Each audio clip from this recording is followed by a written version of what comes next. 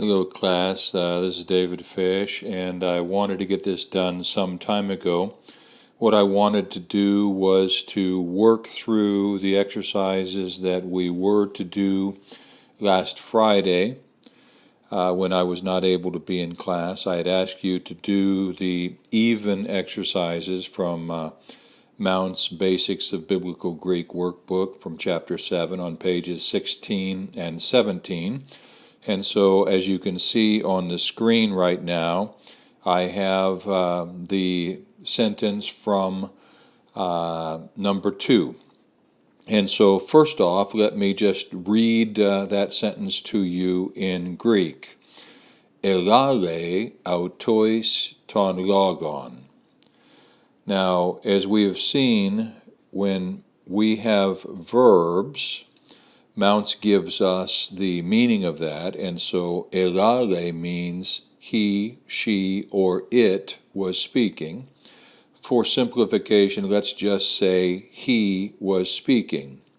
And so besides that, we've got two things. We've got an indirect object, which is dative, masculine, plural, and we also have an accusative direct object, which is singular. And so as we put that together, the autois would be to them. He was speaking to them the word. Now let's move on to sentence number 4. The first thing that I want you to notice is that right here we have a question mark. Then we have the verb that says we should continue, but when we begin a question, we will invert the word order, and so this should say, should we continue? And then we've got one other component, te hamartia, which is going to be dative, feminine, singular. Now, one of the things that I want you to remember is the key word of the dative could be to, in, or with. And right here, I want to use the key word in. And so we continue on, and we get, should we continue in sin? Now you can try the other keywords. If we were to use the keyword to for the dative, should we continue to sin? Now the to, which is the key word of the dative, is not the to of an infinitive, like to study, to eat, to read, to drink, but it's rather, it shows an indirect object. It would be to a person, and so that's not what we want. Or should we continue with sin? And so in reality, the thing that makes the greatest amount of sense for us is, should we continue in sin? Now on to sentence number 6. We're on page 17 in the workbook now. Let me read it in Greek. I think on number 4 I forgot to read that in Greek. Here we have engeken gar he basileia ton uranon. Now once again, Mounce is already given us the meaning of the verb. Engeken means he, she, or it has drawn near.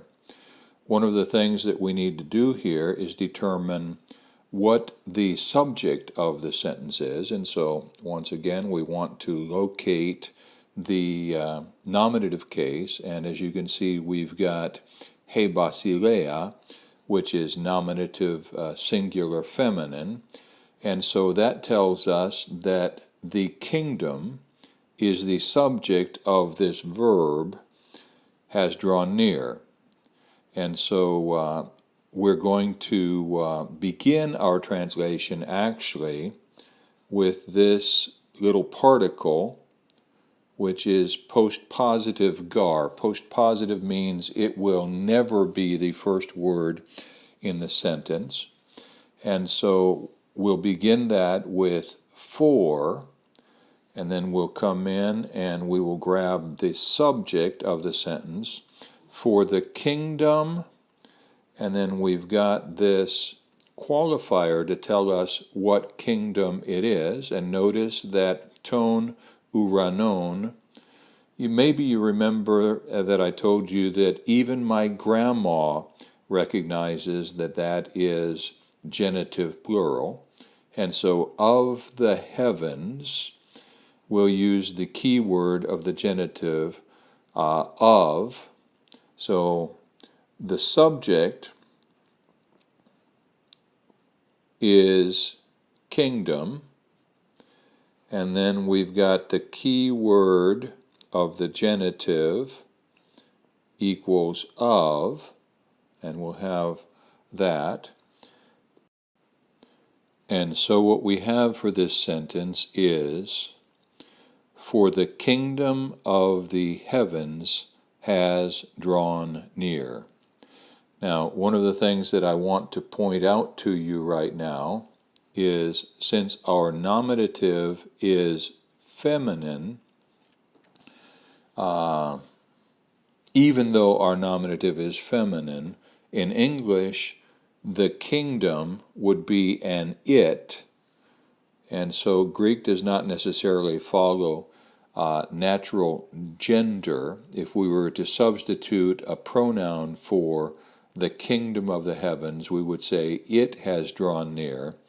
And so for the kingdom of the heavens has drawn near.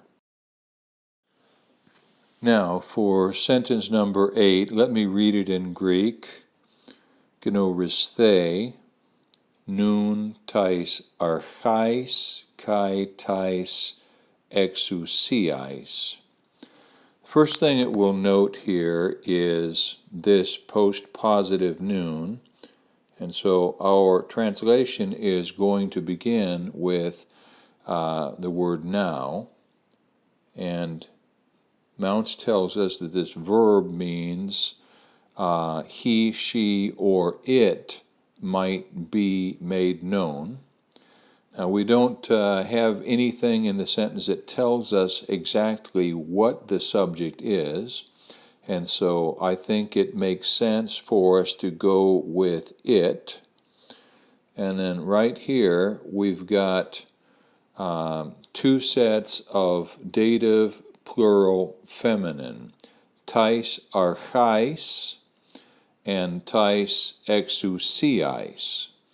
And so the key word of the dative is going to be to, in the sense of the indirect object. And so let's see what we've got. Now it might be made known. Tais archais would be to the rulers and to the authorities. That seems to work. Now it might be made known to the rulers and to the authorities.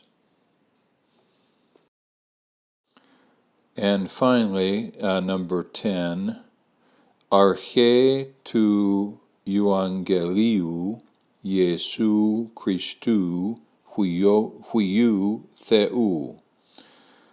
And there is a note that, there's a footnote in your text that many times in the beginning of a gospel, and this is taken from the beginning of the gospel, there is not an article, and so our nominative case there is arche, which means beginning.